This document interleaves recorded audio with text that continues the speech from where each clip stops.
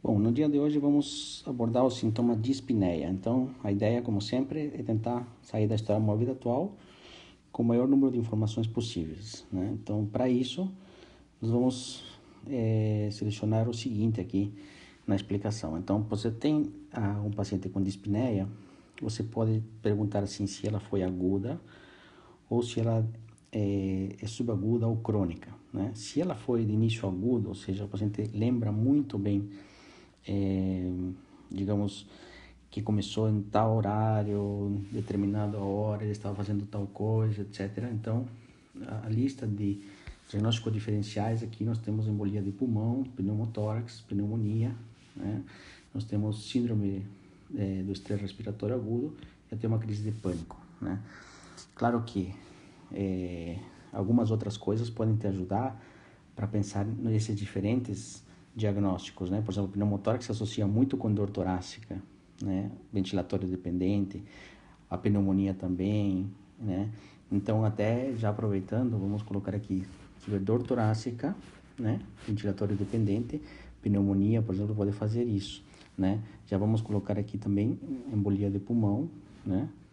Pode fazer isso, e algumas doenças cardíacas também podem fazer isso, neurotorácica, como estenose aórtica, a própria doença coronariana, só que elas não são ventilatório dependentes daí, né? E cardiomiopatia hipertrófica. A pneumonia ventilatório dependente, embolia de pulmão sim, porque se atinge receptores nociceptivos perto da pleura, eles podem ocasionar, então, uma dor ventilatória dependente, ou seja, aquela dor que o paciente tosse, espirra e tem dor, aponta até o local onde dói no tórax, né? Por outro lado, se o paciente te conta se a dispneia assim não é aguda, mas já tem algum tempo que vem ocorrendo, ela pode estar piorando, etc. Então você vai pensar em doenças crônicas pulmonares, a própria piora da insuficiência cardíaca, ou mesmo uma doença fora do pulmão como anemia, né? Obesidade, ansiedade, ocasionando então a dispneia. Por outro lado, uma pergunta interessante também é sobre a posição. A posição do paciente em relação à dispneia é interessante. Por exemplo, se o paciente ele tem necessidade de deitar em decúbito lateral, né, isso se chama platipneia, né? Decúbito lateral, geralmente isso ocorre, ou melhor, desculpe, trepopneia, né? Em decúbito lateral, trepopneia. Isso ocorre normalmente no derrame pleural, né? Então, o paciente adota, por exemplo, o derrame pleural à direita, então ele deita em decúbito lateral direito para tentar com que o pulmão esquerdo, que não está com derrame pleural, ele ventile melhor. Isso se chama trepopneia. A platipneia já é uma posição que ele adota de tentar ficar sentado, né? Deitado, melhor dizendo, porque ao ficar sentado, o paciente piora a falta de ar. Então, ele deita para melhorar a falta de ar. É o contrário da ortopneia, né? Então, a ortopneia ele tem que sentar para respirar, como ocorre na insuficiência cardíaca, né? Assim como a dispneia paroxística noturna. Se esses dois estiverem presentes, né, você pensa até na insuficiência cardíaca. Já a platipneia, né, o paciente ele adota a posição de decúbito para respirar melhor. Isso pode ocorrer num paciente com depressão de volume, né? Dá para entender, porque quando ele senta, ele vai ficar mais dispneico, né? Porque está em posição um pouco mais ortostática e não tem tanto volume, né? E na cirrose hepática, né? Esse mecanismo aí é um mecanismo um pouco mais complexo, né?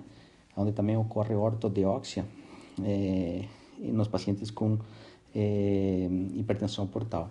Por outro lado, nós temos também, se o paciente tem um sintoma, por exemplo, fraqueza, né, fraqueza na musculatura, você pode pensar numa doença neuromuscular, como miastenia graves, por exemplo, né, o uso de aminoglicosídeos, por exemplo, fazendo uma lesão a nível de músculo, né.